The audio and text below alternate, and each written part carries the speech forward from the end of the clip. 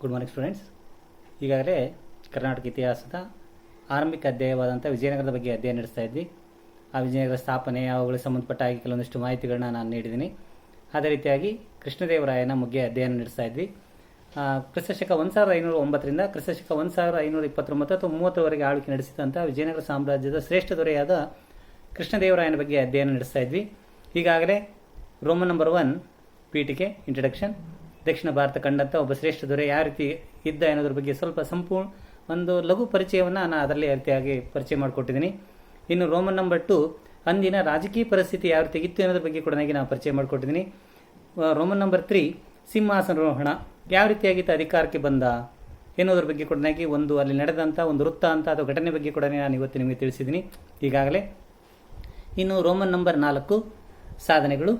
ಆ ಸಾಧನೆಗಳನ್ನು ನಾವು ಎರಡು ರೀತಿಯಲ್ಲಿ ವಿಂಗಡಣೆ ಮಾಡಬಹುದಾಗಿದೆ. ಅದರಲ್ಲಿ ಎ ಸೈನಿಕ ಸಾಧನೆಗಳು, ಬಿ ಸಾಂಸ್ಕೃತಿಕ ಸಾಧನೆಗಳು ಎಂಬುದಾಗಿ. ಅದರಲ್ಲಿ ಎ ಅಂದರೆ ಸೈನಿಕ ಸಾಧನೆಗಳು. ಆ ಸೈನಿಕ ಸಾಧನೆಗಳ ಬಗ್ಗೆ ಇವತ್ತು ಅಧ್ಯಯನ ನಡೆಸೋಣ. ಆ ಸೈನಿಕ ಸಾಧನೆಗಳಲ್ಲಿ ಪಾಯಿಂಟ್ ನಂಬರ್ 1 ಪೋರ್ಚುಗೀಸರೊಡನೆ ಸಂಬಂಧ. ಕ್ರಿಸ್ತಶಕ 1529ರಲ್ಲಿ ಕೃಷ್ಣದೇವರಾಯ ಅಧಿಕಾರಕ್ಕೆ ಬಂದಂಥ ಸಮಯದಲ್ಲಿ ಈತನ ಸಾಮ್ರಾಜ್ಯ ಅರಾಜಕತೆಯ ಬೀಡಾಗಿತ್ತು ಅಥವಾ ಅನೈತಿಕತೆಯ ಬೀಡಾಗಿತ್ತು. ಅಂತಹ ಸಮಯದಲ್ಲಿ ಶತ್ರುಗಳನ್ನು ವಿರೋಧ ಕಟ್ಟಿಕೊಳ್ಳೋದಕ್ಕಿಂತ ಸ್ನೇಹವನ್ನು ಸಂಪಾದಿಸಿಕೊಳ್ಳಲಿಕ್ಕೆ ಮುಂದಾದಂಥವನು ಕೃಷ್ಣದೇವರಾಯ. ಅದೇ ಕಾರಣಕ್ಕಾಗಿ ತನ್ನ ಸೈನ್ಯವನ್ನು ಬಲಪಡಿಸುವ ಉದ್ದೇಶದಿಂದ ಪೋರ್ಚುಗೀಸರೊಡನೆ ಸಂಬಂಧವನ್ನು ಬೆಳೆಸಲಿಕ್ಕೆ ಮುಂದಾದಂಥವನು ಕೃಷ್ಣದೇವರಾಯ. ಆಗ ಅದೇ ಸಮಯದಲ್ಲಿ ಪೋರ್ಚುಗೀಸರ ಗವರ್ನರ್ ಆಗಿದ್ದಂಥ ಅಲ್ಬುಕರ್ಕನು ಸಹಿತ ಇಲ್ಲಿದ್ದಂಥ ಸ್ಥಳೀಯರ ಬೆಂಬಲವನ್ನು ಪಡ್ಕೊಳ್ಳಿಕ್ಕೆ ಮುಂದಾದ. ಆ ಕಾರಣಕ್ಕಾಗಿ ವಿಜಯನಗರ ದೊರೆಯಾಗಿದ್ದಂಥ ಕೃಷ್ಣದೇವರಾಯ ಮತ್ತು ಪೋರ್ಚುಗೀಸರ ಗವರ್ನರ್ ಆದಂಥ ಅಲ್ಬುಕರ್ಕರ ನಡುವೆ ಒಪ್ಪಂದವನ್ನು ಮಾಡಿಕೊಳ್ಳಾಯಿತು. ಒಪ್ಪಂದದ ಪ್ರಕಾರ ಕೃಷ್ಣದೇವರಾಯ ಈ ಅಲ್ಬುಕರ್ಕನಿಗೆ ಆರಂಭದಲ್ಲಿ ಕಲ್ಲಿಕೋಟೆಯನ್ನು ಜಯಿಸಲಿಕ್ಕೆ ತನ್ನ ಸೈನಿಕ ನೆರವನ್ನು ನೀಡಿದ. ಈ ರೀತಿ ಸೈನಿಕ ನೆರವನ್ನು ಪಡ್ಕೊಂಡಂಥ ಅಲ್ಬುಕರ್ಕ್ ಕಲ್ಲಿಕೋಟೆಯನ್ನು ಜಯಿಸುವಲ್ಲಿ ಯಶಸ್ವಿಯಾದ. ಅದರ ಬದಲಿಗೆ ಕೃಷ್ಣದೇವರಾಯನಿಗೆ ಬೇಕಾದಂಥ ಅಶ್ವಗಳನ್ನು ಸಹಿತ ಒದಗಿಸುವಲ್ಲಿ ಯಶಸ್ವಿಯಾದಂಥವನು ಈ ಅಲ್ಬುಕರ್ಕ್. ಅದಾದ ನಂತರದಲ್ಲಿ ಈ ಅಲ್ಬುಕರ್ಕ್ ಗೋವಾವನ್ನು ವಶಪಡಿಸಿಕೊಳ್ಳಿಕ್ಕೆ ಮುಂದಾದ. ಬಿಜಾಪುರ ಸುಲ್ತಾನ ಅಧೀನದಲ್ಲಿದ್ದಂಥ ಗೋವನ್ನು ವಶಪಡಿಸಿಕೊಳ್ಳಿಕ್ಕೆ ಮುಂದಾದ. ಆಗ ಕೃಷ್ಣದೇವರಾಯನು ಸಹಿತ ಆತನಿಗೆ ಸಂಪೂರ್ಣವಾಗಿ ಸೈನಿಕ ನೆರವನ್ನು ನೀಡಿದ. ಈ ರೀತಿಯಾಗಿ ಆ ನೆರವನ್ನು ಪಡ್ಕೊಂಡಿರ್ತಕ್ಕಂಥ ಅಲ್ಬುಕರ್ಕ್ ಬಿಜಾಪುರ ಸುಲ್ತಾನನ್ನ ಸೋಲಿಸಿ ಕ್ರಿಸ್ತಶಕ 1510ರಲ್ಲಿ ಗೋವಾವನ್ನು ಜಯಿಸುವಲ್ಲಿ ಯಶಸ್ವಿಯಾದ. ಆ ಗೋವಾವನ್ನು ಜಯಿಸಿದ ನಂತರ ಮಾಡಿಕೊಂಡಂಥ ಒಪ್ಪಂದದ ಪ್ರಕಾರ ಈ ಅಲ್ಬುಕರ್ಕ್ ಸಾಕಷ್ಟು ಪ್ರಮಾಣದಲ್ಲಿ ಅಶ್ವಗಳನ್ನು ಕೃಷ್ಣದೇವರಾಯನ ಸೈನ್ಯಕ್ಕೆ ಒದಗಿಸುವಲ್ಲಿ ಯಶಸ್ವಿಯಾದ. ಈ ಮೂಲಕ ಪೋರ್ಚುಗೀಸರೊಡನೆ ಸಂಬಂಧವನ್ನು ಬೆಳೆಸುವುದರ ಮೂಲಕ, ಸ್ನೇಹ ಸಂಬಂಧವನ್ನು ಬೆಳೆಸುವುದರ ಮೂಲಕ ತನ್ನ ಸೈನ್ಯದ ಒಂದು ಪ್ರಮುಖ ಪಡೆಯಾದಂಥ ಅಶ್ವಪಡೆಯನ್ನು ಬಲಪಡಿಸಿಕೊಳ್ಳುವ ಯಶಸ್ವಿಯಾದಂಥವನು ಕೃಷ್ಣದೇವರಾಯ. ಇದು ಪಾಯಿಂಟ್ ನಂಬರ್ 1. ಇನ್ನು ಪಾಯಿಂಟ್ ನಂಬರ್ 2ಕ್ಕೆ ಬಂದರೆ ಉಮ್ಮತ್ತೂರಿನ ಪಾಳೆಗಾರರ ದಂಗೆ ದಮನ. ಈ ಘಟನೆ ನಡೆದಿದ್ದು ಕ್ರಿಸ್ತಶಕ 1510ರಿಂದ ಕ್ರಿಸ್ತಶಕ 1512 ನಡುವಿನ ಅವಧಿಯಲ್ಲಿ ನಡೆದಂಥ ಒಂದು ಘಟನೆ. ಈ ಉಮ್ಮತ್ತೂರಿನ ಪಾಳೆಗಾರನಾಗಿದ್ದಂಥವನು ಗಂಗರಾಯ. ಈತ ಎಷ್ಟರ ಮಟ್ಟಿಗೆ ಪ್ರಬಲನಾಗಿದ್ದ ಅಂದರೆ ಕೃಷ್ಣದೇವರಾಯನ ಸಹೋದರನಾದಂಥ ಅಥವಾ ಅಣ್ಣನಾದಂಥ ವೀರ ನರಸಿಂಹನನ್ನೇ ಹಿಮ್ಮೆಟ್ಟಿಸುವಲ್ಲಿ ಪ್ರಬಲನಾಗಿದ್ದ. ಅಷ್ಟೊಂದು ಪ್ರಬಲನಾಗಿದ್ದಂಥವನು ಈ ಉಮ್ಮತ್ತೂರಿನ ಪಾಳೆಗಾರ. ಅಧಿಕಾರಕ್ಕೆ ಬಂದಂಥ ಕೃಷ್ಣದೇವರಾಯ ಪೋರ್ಚುಗೀಸರೊಡನೆ ಸಂಬಂಧವನ್ನು ಬೆಳೆಸಿದ ನಂತರ ಈ ಉಮ್ಮತ್ತೂರಿನ ಪಾಳೆಗಾರನ ದಂಗೆ ನಡೆಸಲಿಕ್ಕೆ ಮುಂದಾದಂಥವನು ಕೃಷ್ಣದೇವರಾಯ. ಅದೇ ಕಾರಣಕ್ಕಾಗಿ ಉಮ್ಮತ್ತೂರಿನ ಮೇಲೆ ದಾಳಿ ನಡೆಸಲಾಯಿತು. ಆ ಉಮ್ಮತ್ತೂರಿನ ಮೇಲೆ ದಾಳಿ ನಡೆಸಿದಂಥ ಕೃಷ್ಣದೇವರಾಯ ಅಲ್ಲಿ ನಡೆದಂತಹ ಕದನದಲ್ಲಿ ಈ ಉಮ್ಮತ್ತೂರಿನ ಪಾಳೆಗಾರನಾದಂತಹ ಗಂಗರಾಯನನ್ನ ಸಂಪೂರ್ಣವಾಗಿ ಸೋಲಿಸುವಲ್ಲಿ ಯಶಸ್ವಿಯಾದ. ಆ ಗಂಗರಾಯನನ್ನ ಸಂಪೂರ್ಣವಾಗಿ ಸೋಲಿಸಿದಂಥ ಕೃಷ್ಣದೇವರಾಯ ಆ ಸಮಯದಲ್ಲಿ ಉಮ್ಮತ್ತೂರಿನ ಜೊತೆಯಲ್ಲಿ ಶ್ರೀರಂಗಪಟ್ಟಣ, ಶಿವನ ಸಮುದ್ರ ಈ ಪ್ರದೇಶಗಳನ್ನು ಸಹಿತ ಜಯಿಸುವಲ್ಲಿ ಯಶಸ್ವಿಯಾದಂಥವನು ಕೃಷ್ಣದೇವರಾಯ. ಈ ಕೃಷ್ಣದೇವರಾಯನೊಡನೆ ಸೋಲನ್ನು ಅನುಭವಿಸಿದಂಥ ಗಂಗರಾಯ ಒಂದು ರೀತಿಯಲ್ಲಿ ಅಲ್ಲಿಂದ ತೊಲಗಿದ ಅಥವಾ ನಿರ್ಗಮಿಸಿದ. ಆತನ ನಿರ್ಗಮನದ ನಂತರ ಎಲ್ಲಾ ಪ್ರದೇಶಗಳನ್ನು ಸಹಿತ ವಶಪಡಿಸಿಕೊಳ್ಳಲು ಯಶಸ್ವಿಯಾದಂಥ ಕೃಷ್ಣದೇವರಾಯ. ಈ ಎಲ್ಲಾ ಪ್ರದೇಶಗಳನ್ನು ಸಹಿತ ವಶಪಡಿಸಿಕೊಂಡಂಥ ಕೃಷ್ಣದೇವರಾಯ ಈ ವಶಪಡಿಸಿಕೊಂಡಂಥ ಪ್ರದೇಶಗಳನ್ನು 3 ಭಾಗಗಳನ್ನಾಗಿ ವಿಂಗಡಿಸಿದಂಥ ಕೃಷ್ಣದೇವರಾಯ ಈಗಿನ ಬೆಂಗಳೂರು ಪ್ರದೇಶವನ್ನು ನೋಡಿಕೊಂಡು ಹೋಗುವಂಥ ಜವಾಬ್ದಾರಿಯನ್ನ ಮಾಗಡಿಯ ಕೆಂಪೇಗೌಡ ಎನ್ನುವಂಥ ವ್ಯಕ್ತಿಗೆ ವಹಿಸಿದ. ನಂತರ ಆ ಕೆಂಪೇಗೌಡನೇ ಬೆಂಗಳೂರನ್ನ ಅಭಿವೃದ್ಧಿಪಡಿಸಿದಂಥ ಹೆಗ್ಗಳಿಕೆಯನ್ನ ಪಡೆದಿರೋದನ್ನು ನಾವು ಇತಿಹಾಸದಲ್ಲಿ ಈಗಾಗಲೇ ನೋಡ್ತಾ ಇದ್ವಿ. ಇದು ಪಾಯಿಂಟ್ ನಂಬರ್ 2. ಇನ್ನು ಪಾಯಿಂಟ್ ನಂಬರ್ 3 ಬಿಜಾಪುರ ಸುಲ್ತಾನನ ವಿರುದ್ಧ ಕದನ. ಪಾಯಿಂಟ್ ನಂಬರ್ 3 ಬಿಜಾಪುರ ಸುಲ್ತಾನನ ವಿರುದ್ಧ ಕದನ. ಈ ಬಿಜಾಪುರ ಸುಲ್ತಾನನ ಅಧೀನದಲ್ಲಿದ್ದಂಥ ಒಂದು ಪ್ರಾಂತ ಬೀದರ್. ಈ ಬೀದರ್ನಲ್ಲಿ ಆಳ್ವಿಕೆ ನಡೆಸ್ತಾ ಇದ್ದಂಥ ಕಮಲ್ ಬರೀದ್ ಬಿಜಾಪುರ ಸುಲ್ತಾನ್ನಿಂದ ಸ್ವತಂತ್ರನಾಗುವ ಉದ್ದೇಶದಿಂದ ಬಿಜಾಪುರ ಸುಲ್ತಾನನ ವಿರುದ್ಧ ದಂಗೆಗಳನ್ನು ಆರಂಭಿಸಿದ. ಈ ಅವಕಾಶವನ್ನು ಬಳಸಿಕೊಳ್ಳಿಕ್ಕೆ ಮುಂದಾದಂಥ ಕೃಷ್ಣದೇವರಾಯ ಅದೇ ಕಾರಣಕ್ಕಾಗಿ ಇಕ್ಕೇರಿಯ ಸಂಕಣ್ಣ ನಾಯಕನ ನೆರವನ್ನು ಪಡ್ಕೊಂಡ. ಆ ಇಕ್ಕೇರಿಯ ಸಂಕಣ್ಣ ನಾಯಕನ ನೆರವನ್ನು ಪಡ್ಕೊಂಡಂತಹ ಕೃಷ್ಣದೇವರಾಯ ಬಿಜಾಪುರದ ಕೋಟೆಯ ಮೇಲೆ ದಾಳಿ ನಡೆಸಿದ. ಆ ಬಿಜಾಪುರದ ಕೋಟೆಯ ಮೇಲೆ ದಾಳಿ ನಡೆಸಿದಂಥ ಕೃಷ್ಣದೇವರಾಯ ಆ ಇಕ್ಕೇರಿಯ ನಾಯಕರುಗಳ ನೆರವನ್ನು ಪಡೆದುಕೊಳ್ಳುವುದರ ಮೂಲಕ ಆ ಬಿಜಾಪುರದ ಆದಿಲ್ ಶಾಹನ ಅಧೀನದಲ್ಲಿದ್ದಂತಹ ರಾಯಚೂರು ಕೋಟೆಯನ್ನ ವಶಪಡಿಸಿಕೊಳ್ಳುವ ಯಶಸ್ವಿಯಾದ ಕೃಷ್ಣದೇವರಾಯ. ಈ ರಾಯಚೂರು ಕೋಟೆ ಬಿಜಾಪುರ ಸುಲ್ತಾನನ ವಶವಾಗಿದ್ದನ್ನು ನೋಡಿದಂತಹ ಕೃಷ್ಣದೇವರಾಯನ ವಶವಾಗಿದ್ದನ್ನು ನೋಡಿದಂಥ ಬಿಜಾಪುರ ಸುಲ್ತಾನ ಅದನ್ನು ಮರಳಿ ಪಡೆಯಲಿಕ್ಕೆ ಪ್ರಯತ್ನ ನಡೆಸಿದ. ಆದರೆ ಆತನ ಪ್ರಯತ್ನಗಳನ್ನು ವಿಫಲಗೊಳಿಸುವಲ್ಲಿ ಯಶಸ್ವಿಯಾದಂಥವನು ಕೃಷ್ಣದೇವರಾಯ. ಪಾಯಿಂಟ್ ನಂಬರ್ 4 4 ಗೋಲ್ಕೊಂಡ ಕದನ ಕ್ರಿಸ್ತಶಕ 1512. ಈ ಬಹಮನಿ ಸುಲ್ತಾನರ ಒಬ್ಬ ಸಾಮಂತನಾಗಿದ್ದಂಥವನು ಕುಲಿ ಕುತುಬ್ ಖಾನ್ ಎನ್ನುವಂಥೊಬ್ಬನು. ಈತ ಆರಂಭದಲ್ಲಿ ತೆಲಂಗಾಣದಲ್ಲಿ ಒಬ್ಬ ಸುಬೇದಾರನಾಗಿ ಆಳ್ವಿಕೆ ನಡೆಸ್ತಾ ಇದ್ದ. ನಂತರ ದಿನದಲ್ಲಿ ಬಹಮನಿ ಸಾಮ್ರಾಜ್ಯ ಒಡೆದು 5 ಭಾಗಗಳಾದ ನಂತರ ಈ ಅವಕಾಶ ಬಳಸಿಕೊಂಡಂತ ತೆಲಂಗಾಣದ ಸುಬೇದಾರನಾಗಿದ್ದಂತಹ ಕುಲಿ ಕುತುಬ್ ಖಾನ್ ಸ್ವತಂತ್ರವನ್ನು ಪಡೆದುಕೊಳ್ಳುವಲ್ಲಿ ಯಶಸ್ವಿಯಾಗಿದ್ದ. ಈತ ಸ್ವತಂತ್ರವನ್ನು ಪಡೆದುಕೊಂಡಂತ ಸಮಯದಲ್ಲಿಯೂ ಸಹಿತ ಶಾಹಿ ಸುಲ್ತಾನರು ಮತ್ತು ತೆಲಂಗಾಣದ ಸುಬೇದಾರರ ನಡುವೆ ನಿರಂತರವಾಗಿ ಕದನಗಳು ನಡೀತಾ ಇದ್ವು. ಈ ಅವಕಾಶ ಬಳಸಿಕೊಳ್ಳಿಕ್ಕೆ ಮುಂದಾದಂಥ ಕೃಷ್ಣದೇವರಾಯ ಅದೇ ಕಾರಣಕ್ಕಾಗಿ ರಾಜಕೊಂಡದ ವೆಂಕಟಪ್ಪನನ್ನು ಸೋಲಿಸುವುದರ ಮೂಲಕ ಮುಂದುವರಿಯುವಲ್ಲಿ ಯಶಸ್ವಿಯಾದ. ಆ ಮುಂದುವರೆದಂತಹ ಕೃಷ್ಣದೇವರಾಯ ನಂತರದಲ್ಲಿ ಕೃಷ್ಣಾ ನದಿಯನ್ನು ಸಹಿತ ದಾಟುವಲ್ಲಿ ಯಶಸ್ವಿಯಾದ. ಆ ಕೃಷ್ಣಾ ನದಿಯನ್ನು ಸಹಿತ ದಾಟಿದಂಥ ಕೃಷ್ಣದೇವರಾಯ ಅಲ್ಲಿ ನಡೆದಂಥ ಕದನದಲ್ಲಿ ಗೋಲ್ಕೊಂಡ ಕದನದಲ್ಲಿ ಶಾಹಿ ಸುಲ್ತಾನನ ಅಥವಾ ಗೋಲ್ಕೊಂಡದ ಶಾಹಿ ಸುಲ್ತಾನನ ಸೋಲಿಸುವುದರ ಮೂಲಕ ಈ ಕುಲಿ ಕುತುಬ್ ಶಾನಿಂದ ಬಹುತೇಕವಾಗಿ ಗೋಲ್ಕೊಂಡವನ್ನು ವಶಪಡಿಸಿಕೊಳ್ಳುವಲ್ಲಿ ಯಶಸ್ವಿಯಾದ. ಹಾಗೂ ಈ ಕದನದಲ್ಲಿ ಸೋಲನ್ನು ಅನುಭವಿಸಿದಂಥ ಕುಲಿ ಕುತುಬ್ ಶಾನು ಸಹಿತ ಕಪ್ಪ ಕಾಣಿಕೆಗಳನ್ನು ಸಲ್ಲಿಸಿದ ಕೃಷ್ಣದೇವರಾಯನಿಗೆ. ಆ ಮೂಲಕ ಗೋಲ್ಕೊಂಡ ಕದನದ ನಂತರ ತೆಲಂಗಾಣದ ಸುಬೇದಾರನಿಂದಲೂ ಸಹಿತ ಕಪ್ಪ ಕಾಣಿಕೆಗಳನ್ನು ಪಡೆಯುವಲ್ಲಿ ಯಶಸ್ವಿಯಾದಂಥವನು ಕೃಷ್ಣದೇವರಾಯ. ನಂತರ ಪಾಯಿಂಟ್ ನಂಬರ್ 5 ಅಥವಾ 5 ಒರಿಸ್ಸಾದ ದಂಡಯಾತ್ರೆ ಕ್ರಿಸ್ತಶಕ 1513ರಿಂದ 18ರವರೆಗೆ ನಡೆದಂಥ ಒಂದು ದಂಡಯಾತ್ರೆ. ಈ ಕೃಷ್ಣದೇವರಾಯ ಅಧಿಕಾರಕ್ಕೆ ಬಂದಂಥ ಸಮಯದಲ್ಲಿ ಅಥವಾ ವಿಜಯನಗರ ಸಾಮ್ರಾಜ್ಯ ಸ್ಥಾಪನೆಯಾದಾಗಲಿಂದಲೂ ಕೂಡ ವಿಜಯನಗರ ಸಾಮ್ರಾಜ್ಯದ ಮೇಲೆ ದಾಳಿಯನ್ನು ನಡೆಸಿ ಅದನ್ನು ಅಳಿಸಿ ಹಾಕುವ ಪ್ರಯತ್ನ ನಡೆಸ್ತಾ ಇದ್ದಂಥವನು ಒರಿಸ್ಸಾದ ದೊರೆಯಾದಂಥ ಗಜಪತಿ. ಅದೇ ರೀತಿಯಾಗಿ ಕೃಷ್ಣದೇವರಾಯ ಅಧಿಕಾರಕ್ಕೆ ಬರೋಕ್ಕಿಂತ ಮುಂಚಿತವಾಗಿ ಅಸಮರ್ಥ ದೊರೆಗಳು ಅಧಿಕಾರಕ್ಕೆ ಬಂದಿದ್ದನ್ನು ಬಳಸಿಕೊಂಡಿದ್ದಂತಹ ಒರಿಸ್ಸಾದ ಗಜಪತಿ ವಿಜಯನಗರದ ಅನೇಕ ಪ್ರದೇಶಗಳನ್ನು ಸಹಿತ ವಶಪಡಿಸಿಕೊಳ್ಳುವಲ್ಲಿ ಯಶಸ್ವಿಯಾಗಿದ್ದ. ಆ ಕಾರಣಕ್ಕಾಗಿ ಕೃಷ್ಣದೇವರಾಯ ಅಧಿಕಾರಕ್ಕೆ ಬರ್ತಾ ಇದ್ದಾಗನೇ ಈ ಒರಿಸ್ಸಾದ ಮೇಲೆ ದಾಳಿಯನ್ನು ಆರಂಭಿಸಿದ. ಆರಂಭದಲ್ಲಿ ಆ ಒರಿಸ್ಸಾದ ಮೇಲೆ ದಾಳಿ ನಡೆಸಿದಂತಹ ಕೃಷ್ಣದೇವರಾಯ ಆರಂಭಿಕ ದಂಡಯಾತ್ರೆಯಲ್ಲಿ ಆ ಒರಿಸ್ಸಾದ ದೊರೆಯನ್ನ ಸೋಲಿಸಿ ಕೊಂಡವೀಡುವರೆಗೂ ಕೂಡ ತನ್ನ ಸಾಮ್ರಾಜ್ಯವನ್ನು ವಿಸ್ತರಿಸಿಕೊಳ್ಳುವಲ್ಲಿ ಯಶಸ್ವಿಯಾಗಿದ್ದ. ಈ ರೀತಿಯಾಗಿ ಆರಂಭಿಕವಾಗಿ ಮೊದಲನೇ ದಂಡಯಾತ್ರೆಯಲ್ಲಿ ಕೊಂಡವೀಡುವರೆಗೂ ಕೂಡ ತನ್ನ ಸಾಮ್ರಾಜ್ಯವನ್ನು ವಿಸ್ತರಿಸುವಲ್ಲಿ ಯಶಸ್ವಿಯಾದ ಕೃಷ್ಣದೇವರಾಯ. ಆದರೆ ಕೃಷ್ಣದೇವರಾಯ ರಾಜಧಾನಿಗೆ ಮರಳುತ್ತಾ ಇದ್ದಾಗನೇ ಪುನಃ ದಾಳಿ ನಡೆಸಿದಂಥ ಒರಿಸ್ಸಾದ ದೊರೆ ಪುನಃ ವಿಜಯನಗರ ಅಧೀನದಲ್ಲಿದ್ದಂಥ ಪ್ರದೇಶಗಳನ್ನು ವಶಪಡಿಸಿಕೊಳ್ಳಲು ಯಶಸ್ವಿಯಾಗಿದ್ದ. ಇದರಿಂದಾಗಿ 2ನೇ ಬಾರಿಗೆ ದಂಡಯಾತ್ರೆ ನಡೆಸಬೇಕಾಯಿತು ಕೃಷ್ಣದೇವರಾಯ. ಆ 2ನೇ ಬಾರಿಗೆ ದಂಡಯಾತ್ರೆ ನಡೆಸಿದಂಥ ಕೃಷ್ಣದೇವರಾಯ 2ನೇ ದಂಡಯಾತ್ರೆಯಲ್ಲಿ ಒರಿಸ್ಸಾದ ಗಜಪತಿ ಪ್ರತಾಪ್ ರುದ್ರದೇವನನ್ನು ಸೋಲಿಸಿ ಆತನ ಅಧೀನದಲ್ಲಿದ್ದಂಥ ಕಂದಕೂರು, ಆಡಂಕಿ, ಪೆನುಗೊಂಡ, ನಾಗಾರ್ಜುನಕೊಂಡ, ಬಿಲ್ಲಮಕೊಂಡ ಈ ಪ್ರದೇಶಗಳನ್ನು ವಶಪಡಿಸಿಕೊಳ್ಳಲು ಯಶಸ್ವಿಯಾದಂಥ ಕೃಷ್ಣದೇವರಾಯ. ಈ 2ನೇ ದಂಡಯಾತ್ರೆಯ ನೇತೃತ್ವ ವಹಿಸಿಕೊಂಡಿದ್ದಂಥವರು ಕೃಷ್ಣದೇವರಾಯನ ಮಂತ್ರಿಯಾಗಿದ್ದಂಥ ಹಾಗೂ ಸೈನ್ಯ ದಂಡನಾಯಕರು ಸಹಿತ ಆಗಿದ್ದಂತಹ ಸಾಳ್ವ ತಿಮ್ಮರಸರು ವಹಿಸಿಕೊಂಡಿದ್ರು. ಈ ರೀತಿಯಾಗಿ 2ನೇ ದಂಡಯಾತ್ರೆಯಲ್ಲಿ ಕೂಡ ಕೃಷ್ಣದೇವರಾಯ ಇದನ್ನ ಒರಿಸ್ಸಾದ ಗಜಪತಿಯನ್ನ ಸೋಲಿಸುವಲ್ಲಿ ಯಶಸ್ವಿಯಾಗಿದ್ದ.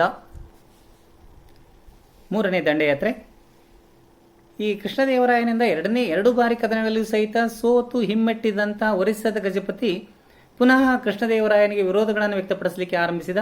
ಹಾಗಾಗಿ 3ನೇ ದಂಡಯಾತ್ರೆಯನ್ನು ಆರಂಭಿಸಬೇಕಾಯಿತು ಕೃಷ್ಣದೇವರಾಯ. ಆ 3ನೇ ದಂಡಯಾತ್ರೆಯನ್ನು ಆರಂಭಿಸಿದಂತಹ ಕೃಷ್ಣದೇವರಾಯ ಬೀಜವಾಡ ಮತ್ತು ಕೊಂಡಪಲ್ಲಿ ಎನ್ನುವಂಥ ಸ್ಥಳದಿಂದ ಒರಿಸ್ಸಾದ ಮೇಲೆ ದಂಡಯಾತ್ರೆಯನ್ನು ಆರಂಭಿಸಿದ. ಆ ಒರಿಸ್ಸಾದ ಮೇಲೆ ದಂಡಯಾತ್ರೆಯನ್ನು ಆರಂಭಿಸಿದಂಥ ಕೃಷ್ಣದೇವರಾಯ ನಂತರದ ದಿನಗಳಲ್ಲಿ ಕನಕಗಿರಿ, ಅನಂತಗಿರಿ, ಶಂಕರಗಿರಿ, ನಲ್ಲಗೊಂಡ, ಅಡವಪಲ್ಲಿ ಮತ್ತು ಉಡ್ರಕೊಂಡ ಎನ್ನುವಂಥ ಪ್ರದೇಶಗಳನ್ನು ವಶಪಡಿಸಿಕೊಳ್ಳಲು ಯಶಸ್ವಿಯಾದ. ಈ ಪ್ರದೇಶಗಳನ್ನು ವಶಪಡಿಸಿಕೊಂಡಂತ ಕೃಷ್ಣದೇವರಾಯ ಮುನ್ನುಗ್ಗಿದ. ಆ ಮುನ್ನುಗ್ಗಿದಂಥ ಕೃಷ್ಣದೇವರಾಯನನ್ನು ಎದುರಿಸುವ ಉದ್ದೇಶದಿಂದ ಒರಿಸ್ಸಾದ ಗಜಪತಿಯು ಸಹಿತ ಸೈನ್ಯವನ್ನು ಕಳಿಸಿಕೊಟ್ಟ. ಹಾಗಾಗಿ 2 ಬಣಗಳ ನಡುವೆ ನಡೆದಂಥ ಒಂದು ನಿರ್ಣಾಯಕವಾದಂಥ ಒಂದು ಕದನವೇ ಕಳಿಂಗ ಕದನ. ಈ ನಿರ್ಣಾಯಕವಾಗಿರ್ತಕ್ಕಂಥ ಕಳಿಂಗ ಕದನದಲ್ಲಿಯೂ ಸಹಿತ ಕೃಷ್ಣದೇವರಾಯ ಸಂಪೂರ್ಣವಾಗಿ ಗೆಲುವನ್ನು ಸಾಧಿಸುವಲ್ಲಿ ಯಶಸ್ವಿಯಾದ. ಆ ಸಂಪೂರ್ಣವಾಗಿ ಗೆಲುವನ್ನು ಸಾಧಿಸಿದ್ದು ಮಾತ್ರವಲ್ಲದೆ ವಿಜಯನಗರದ ಸೇನೆ ಒರಿಸ್ಸಾದ ರಾಜಧಾನಿಯಾಗಿರ್ತಕ್ಕಂಥ ಕಟಕ್ಕಿಗೂ ಸಹಿತ ಮುತ್ತಿಗೆಯನ್ನು ಹಾಕುವಲ್ಲಿ ಯಶಸ್ವಿಯಾಗಿತ್ತು. ಆ ಮುತ್ತಿಗೆ ಹಾಕಿದ್ದನ್ನು ನೋಡಿದಂಥ ಒರಿಸ್ಸಾದ ಗಜಪತಿ ಕೊನೆಗೆ ಅನಿವಾರ್ಯವಾಗಿ ಕೃಷ್ಣದೇವರಾಯನಿಗೆ ಶರಣಾಗತನಾದ. ಆ ಶರಣಾಗತನಾದಿರ್ತಕ್ಕಂಥ ಒರಿಸ್ಸಾದ ಗಜಪತಿ ಪ್ರತಾಪರುದ್ರದೇವ ನಂತರ ಕಪ್ಪ ಕಾಣಿಕೆಗಳನ್ನು ಸಲ್ಲಿಸಿದ. ಮಾತ್ರವಲ್ಲದೆ ಆ ವಿಜಯನಗರದೊಡನೆ ಅಥವಾ ಕೃಷ್ಣದೇವರಾಯರೊಡನೆ ವೈವಾಹಿಕ ಸಂಬಂಧಗಳನ್ನು ಸಹಿತ ಬೆಳೆಸಲಿಕ್ಕೆ ಮುಂದಾದಂಥವನು ಕೃಷ್ಣದೇವರಾಯ. ಆ ಕಾರಣಕ್ಕಾಗಿಯೇ ಈ ಒರಿಸ್ಸಾ ದೊರೆಯಾಗಿರ್ತಕ್ಕಂತಹ ಗಜಪತಿ ಪ್ರತಾಪರುದ್ರದೇವ ತನ್ನ ಮಗಳಾದಂಥ ಜಗನ್ಮೋಹಿನಿಯನ್ನ ಕೃಷ್ಣದೇವರಾಯನಿಗೆ ದಾರಿ ಎರೆದುಕೊಡೋದ್ರ ಮೂಲಕ ಕೃಷ್ಣದೇವರಾಯನೊಡನೆ ಅಥವಾ ವಿಜಯನಗರದೊಡನೆ ವೈವಾಹಿಕ ಸಂಬಂಧವನ್ನು ಬೆಳೆಸಿದಂಥವನು ಈ ಒರಿಸ್ಸಾದ ಗಜಪತಿ ಪ್ರತಾಪರುದ್ರದೇವ. ಆದರೆ ದುರದೃಷ್ಟವಶಾತ್ ಈ ಸಂಬಂಧಗಳು ಹೆಚ್ಚು ದಿನಗಳು ಉಳಿಯಲಿಲ್ಲ.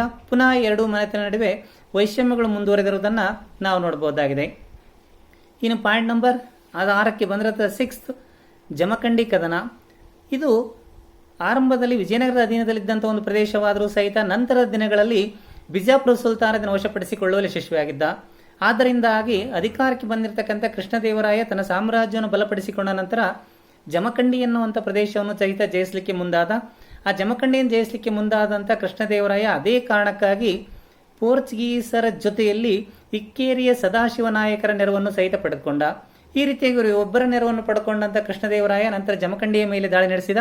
ಆ ಜಮಖಂಡಿಯ ಮೇಲೆ ದಾಳಿ ನಡೆಸಿದಂಥ ಕೃಷ್ಣದೇವರಾಯ ಅಲ್ಲಿ ನಡೆದಂಥ ಕದನದಲ್ಲಿ ಬಿಜಾಪುರದ ಸುಲ್ತಾನನ ಸೇನೆಯನ್ನು ಸೋಲಿಸಿ ಜಮಖಂಡಿಯನ್ನು ವಶಪಡಿಸಿಕೊಳ್ಳುವಲ್ಲಿ ಯಶಸ್ವಿಯಾದ. ಹಾಗೆ ಅದನ್ನು ತನ್ನ ಪ್ರಾಂತಕ್ಕೂ ಸಹಿತ ಸೇರಿಸಿಕೊಳ್ಳುವಲ್ಲಿ ಯಶಸ್ವಿಯಾದಂಥವನು ಈ ಕೃಷ್ಣದೇವರಾಯ. ನಂತರ ಪಾಯಿಂಟ್ ನಂಬರ್ 7 ಗುಲ್ಬರ್ಗ ಕದನ. ಈ ಘಟನೆ ನಡೆದು ಕ್ರಿಸ್ತಶಕ 1514ರಲ್ಲಿ. ಆ 1514ರಲ್ಲಿ ಬಿಜಾಪುರದಲ್ಲಿ ವಲಿ ಉಲ್ಲಾ ಖಾನ್ ಎನ್ನುವಂಥ ಒಬ್ಬ ಅಪ್ರಾಪ್ತ ಬಾಲಕ ಆಳ್ವಿಕೆ ನಡೆಸ್ತಾ ಇದ್ದ. ಈ ಅಪ್ರಾಪ್ತ ಬಾಲಕ ಆಳ್ವಿಕೆ ನಡೆಸ್ತಾ ಇರೋದನ್ನು ನೋಡಿದಂತಹ ಆ ರಾಜಪ್ರತಿನಿಧಿ ಮಂಡಳಿಯಲ್ಲಿದ್ದಂಥ ಕಾಸಿಂ ಬರೆದ್ ಎನ್ನುವಂಥ ಒಬ್ಬ ವ್ಯಕ್ತಿ ದಂಗೆಯನ್ನು ಎದ್ದ. ಆ ದಂಗೆಯನ್ನು ಎದ್ದಂಥ ಆತ ದೊರೆಯಾಗಿದ್ದಂಥ ವಲಿ ಉಲ್ಲಾ ಖಾನ್ನನ್ನ ಸೆರೆಮನೆಗೆ ಹಾಕಿ ಗುಲ್ಬರ್ಗಾದ ಸಿಂಹಾಸನ ಏರುವಲ್ಲಿ ಯಶಸ್ವಿಯಾದ. ಇದು ಅಲ್ಲಿದ್ದಂಥ ಜನತೆಗೆ ಸರಿ ಬರಲಿಲ್ಲ. ಅದೇ ಕಾರಣಕ್ಕಾಗಿ ಅಲ್ಲಿದ್ದಂಥ ಜನತೆ ಕೃಷ್ಣದೇವರಾಯನಿಗೆ ಮನವಿಯನ್ನು ಮಾಡಿಕೊಂಡ್ರು, ಪುನಃ ವಲಿ ಉಲ್ಲಾನನ್ನ ಅಧಿಕಾರಕ್ಕೆ ತರುವಂತೆ. ಈ ರೀತಿಯಾಗಿ ಮನವಿಯನ್ನು ಮಾಡಿಕೊಂಡಿದ್ದನ್ನು ನೋಡಿದಂಥ ಕೃಷ್ಣದೇವರಾಯ ಆ ವಲಿ ಉಲ್ಲಾನನ್ನ ಪುನಃ ಗುಲ್ಬರ್ಗಾದಲ್ಲಿ ಸಿಂಹಾಸನಕ್ಕೆ ತರುವ ಉದ್ದೇಶದಿಂದ ದಾಳಿಯನ್ನು ಆರಂಭಿಸಿದ. ಆ ದಾಳಿಯನ್ನು ಆರಂಭಿಸಿದಂಥ ಕೃಷ್ಣದೇವರಾಯ ಈ ಸಮಯದಲ್ಲಿಯೂ ಸಹಿತ ಇಕ್ಕೇರಿಯ ಸದಾಶಿವ ನಾಯಕರ ನೆರವನ್ನು ಪಡೆದುಕೊಂಡ. ಆ ಇಕ್ಕೇರಿ ಸದಾಶಿವ ನಾಯಕರ ನೆರವನ್ನು ಪಡ್ಕೊಂಡಂತಹ ಕೃಷ್ಣದೇವರಾಯ ಗುಲ್ಬರ್ಗದ ಮೇಲೆ ದಾಳಿ ನಡೆಸಿದ. ಗುಲ್ಬರ್ಗದ ಮೇಲೆ ದಾಳಿ ನಡೆಸಿದಂತಹ ಕೃಷ್ಣದೇವರಾಯ ಅಲ್ಲಿ ನಡೆದಂಥ ಕದನದಲ್ಲಿ ಕಾಸಿಂ ಬರೀದ್ನನ್ನ ಪದಚ್ಯುತಗೊಳಿಸುವಲ್ಲಿ ಯಶಸ್ವಿ ಅಥವಾ ಸೋಲಿಸುವಲ್ಲಿ ಯಶಸ್ವಿಯಾದ. ಆ ಸೋಲಿಸಿದ ನಂತರ ಕೃಷ್ಣದೇವರಾಯ ಗುಲ್ಬರ್ಗವನ್ನು ವಶಪಡಿಸಿಕೊಳ್ಳುವಲ್ಲಿ ಯಶಸ್ವಿಯಾದ. ಆ ಗುಲ್ಬರ್ಗವನ್ನು ವಶಪಡಿಸಿಕೊಂಡಂತ ಕೃಷ್ಣದೇವರಾಯ ಅಲ್ಲಿ ಸೆರೆಮನೆಯಲ್ಲಿದ್ದಂಥ ವಲಿ ಉಲ್ಲಾನನ್ನ ಬಿಡುಗಡೆ ಮಾಡುವುದರ ಮೂಲಕ ಪುನಃ ಗುಲ್ಬರ್ಗ ಸಿಂಹಾಸನದ ಮೇಲೆ ಅಧಿಕಾರಕ್ಕೆ ತರುವಲ್ಲಿ ಯಶಸ್ವಿಯಾದ. ಈ ಪುನಃ ಕೃಷ್ಣದೇವರಾಯ ವಲಿ ಉಲ್ಲಾನನ್ನ ಗುಲ್ಬರ್ಗಾದ ಸಿಂಹಾಸನಕ್ಕೆ ತಂದಿದ್ದರಿಂದಾಗಿನೇ ಕೃಷ್ಣದೇವರಾಯನಿಗೆ ಯವನ ರಾಜ್ಯ ಪ್ರತಿಷ್ಠಾಪನಾಚಾರ್ಯ ಎನ್ನುವಂಥ ಒಂದು ಬಿರುದನ್ನು ಸಹಿತ ನೀಡಿರುವುದನ್ನು ನಾವು ನೋಡಬಹುದಾಗಿದೆ.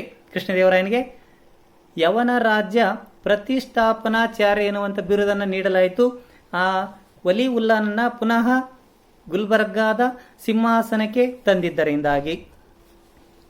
ಬಿಜಾಪುರ ಸುಲ್ತಾನನೊಡನೆ ಕದನ. ನೆಕ್ಸ್ಟ್ ಪಾಯಿಂಟ್ ನಂಬರ್ 8 ಬಿಜಾಪುರ ಸುಲ್ತಾನನ ವಿರುದ್ಧ ಕದನ. ಕ್ರಿಸ್ತಶಕ 1519ರಿಂದ 20ರ ನಡುವಿನ ಅವಧಿಯಲ್ಲಿ ನಡೆದಂತಹ ಒಂದು ಘಟನೆ. ಕ್ರಿಸ್ತಶಕ 1518ರ ಸುಮಾರಿಗೆ ಈ ಬಿಜಾಪುರ ಸುಲ್ತಾನ ಪುನಃ ರಾಯಚೂರಿನ ಮೇಲೆ ದಾಳಿ ನಡೆಸಿದ. ಆ ದಾಳಿ ನಡೆಸಿದಂಥ ಈತ ರಾಯಚೂರು ಕೋಟೆಯನ್ನ ಮರಳಿ ಪಡೆಯುವಲ್ಲಿ ಅಥವಾ ವಶಪಡಿಸಿಕೊಳ್ಳುವಲ್ಲಿ ಯಶಸ್ವಿಯಾದ.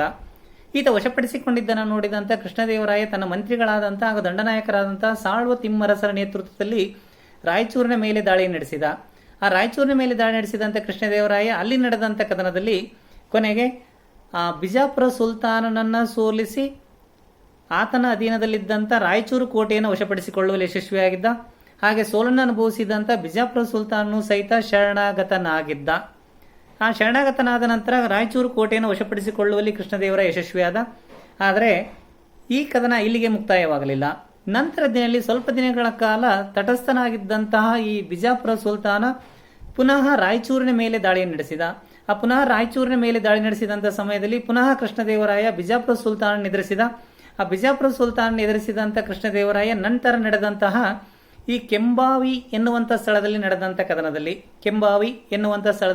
ಕದನದಲ್ಲಿ ಬಿಜಾಪುರ ಸುಲ್ತಾನ್ನ ಪುನಃ ಸೋಲಿಸಿ ಹಿಮ್ಮೆಟ್ಟಿಸುವಲ್ಲಿ ಯಶಸ್ವಿಯಾದ.